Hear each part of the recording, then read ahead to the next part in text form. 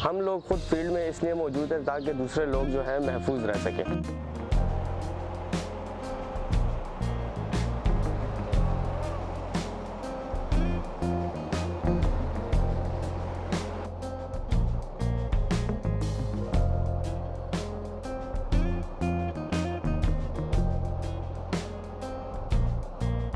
मेरा नाम नूरुल बसर है। मैं ज़ोन ए में एज अ डिसइंफेक्शन सुपरवाइज़र काम कर रहा हूँ।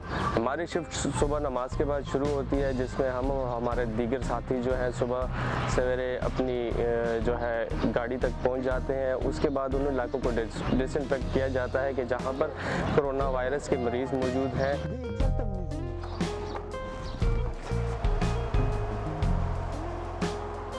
जब हम जो है ड्यूटी से वापस घर जाते हैं, हमें जो है पहले यहाँ पे डिसइंफेक्ट किया जाता है। फिर उसके बाद जब हम घर जाते हैं फिर हम नहाते धोते हैं, लेकिन हमारे घर वाले भी हमसे मिलने से कराते हैं। हमारे दोस्त भी हमसे दूर दूर रहते हैं। तमाम घर वाले, बहन भाई, वालदा, बीवी, बच्चे यही कहते हैं कि जी ये ड्यूटी छोड़ दी जाए, क्योंकि बहुत ख़तरनाक बीमारी है, आपको भी लग सकती है, आपकी वजह से घर के और अफराद को भी लग सकती है।